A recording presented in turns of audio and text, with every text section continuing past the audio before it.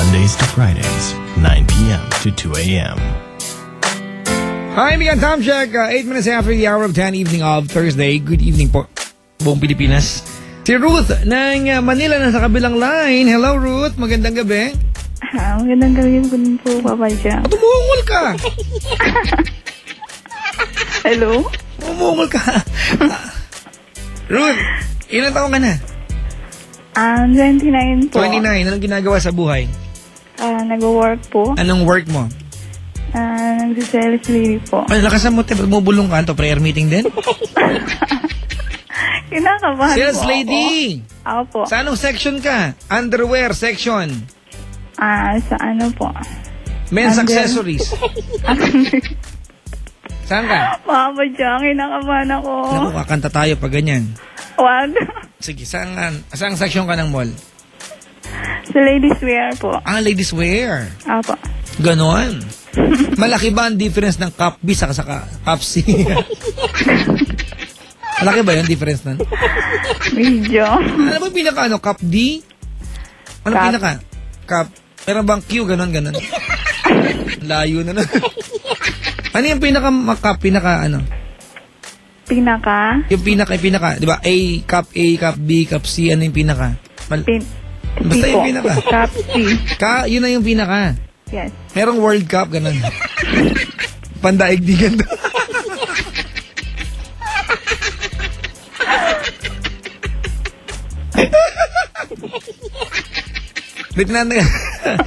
Tinatanggal ko yung nervyos mo, kinakabahan ka kasi.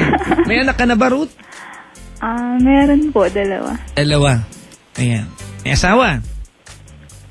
As usual, meron po. Anong as usual meron po yun? Manapulot yan. Kasi pag may anak, siyempre may asawa. Ayan. Of course. Meron kasing may anak, walang asawa. Meron din may asawa, walang anak, di ba? May ilang ganyan, no? May anak, ha? Walang asawa. Sige, ba't napatawag si Ruth? Ano po, advice po kasi naliligaw po ng landas. Sino? Ang inyong lingkod. Ikaw! Ay, asan ba si mister? Nandun po nagtatrabaho po. Saan nga? Andito po sa Maynila. Alam mo, ang lalayo ng mga sagot mo, pepektosan na kita. Saan nagtatrabaho si mister? Nasa Marikina po. Nasa Marikina. So, Opo. araw-araw sa'yo umuwi si mister. Opo. Okay, ba't ka naliligaw na landas? Paanong paraan? Kasi May po, boylet ka? Meron. Ha?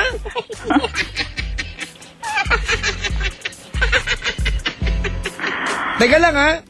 May nanliligaw sa'yo at nagpapaligaw ko o meron ka ng boyfriend na iba? Meron na po.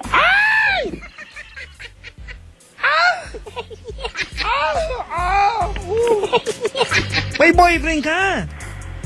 Gano'ng katagal na kayo nung kabit mo? 7 months na po. Ako, Diyos ko po. Gano'ng katagal ka na may asawa? 10 years na po. 10 years. Ako, diretso ako magtanong, ha? Sa 7 buwan na yan, may nangyayari na ba sa inyo ng lalaki? Meron na po. Nabilang mo ba o you lost count already? Many times. Many times. Hindi ka ba nandidiri sa sarili mo? Oh, ba't umuungol ka? Wala tayong ginagawa. Umuungol. So, ibig sabihin, Ruth, dumating, eto mga kaibigan, ginagawa ko to purposely, ha? Gusto ko kasi mandiri ka sa sarili mo. Dumating na pagkakataon, Ruth, na may, I'll use the word, sige na, nakipag-sex ka dun sa kabet mo. Pag uwi mo na ba, may mangyayari sa inyo ni mister? Hindi po. So meron naman paliyagan nun. Hindi po. Ano? Mula po nung meron pong nangyari sa amin ng hindi na po ako nagpagamit sa asawa ko. Bakit? Ano sabi ng asawa mo sa'yo? Wala po kasi minsan po siya umuwi.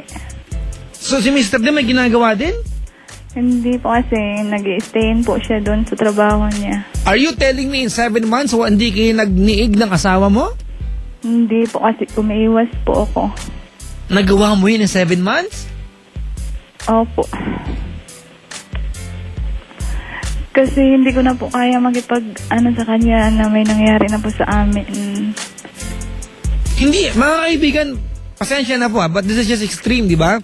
Sa mag-asawa na nakikita siguro on a regular basis, linggo-linggo, sabihin na natin, in 7 months, walang nang, di ba? This is not normal. Di ba? Yes. Hindi ba nagtataka ang asawa mo? Posible hindi magtatanong yan. Nagtataka na po. Kasi, let's understand the fact na this is a need sa mag-asawa. Di ba? Opo. Kasama yan sa obligasyon mo sa asawa mo pag mag-asawa kayo.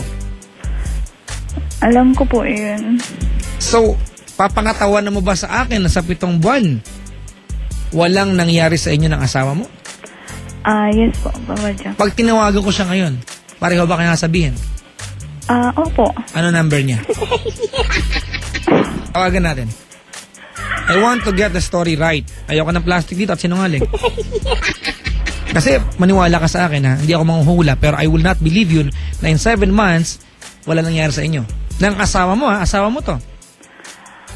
Kasi Papa Jack, hindi naman po niya alam nung tumatawag ako sa inyo ngayon Well, tatanong ko siya. Kasi ganito, pasensya naman kaibigan, if I am doubtful, Kasi your personality alone is doubtful kasi nanluloko ka na eh. So papangatawanan mo ba sa akin na I'm not insisting on anything here. Alright? Diba? Pero sa mag-asawa na nasa isang bahay, diba na hindi niya alam na niloloko mo siya, it's actually, para sa akin, imposible na your husband will not ask for it. Kasi Papa Jack, Unless mapaliwanagan mo ako.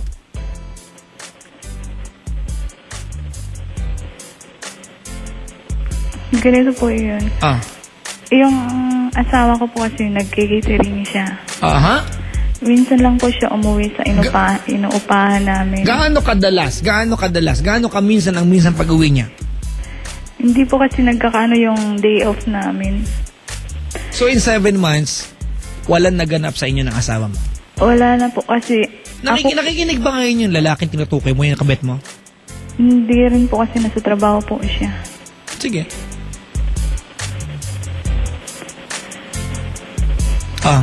Anong gusto mong tanong sa akin, Ruth? Kasi Papa Jack, nagawa ko po yun na magkaroon ng ibang lalaki kasi... Lakasan mo. Almost 5 years na pong hindi ko na po siya mahal. 5 taon mo nang hindi mahal asawa mo? Opo. Ha? Opo.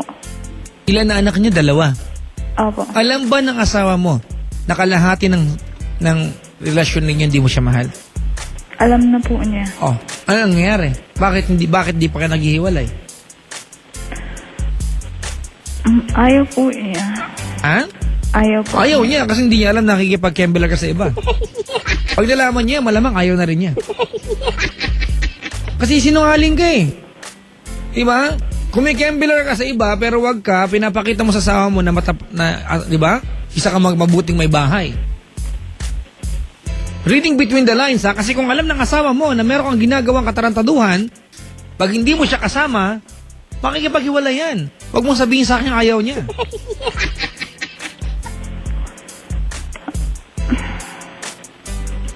Actually, may nagsabi na po sa kanya na... Na meron kang kabet. Opo. Anong naging reaksyon ng asawa mo?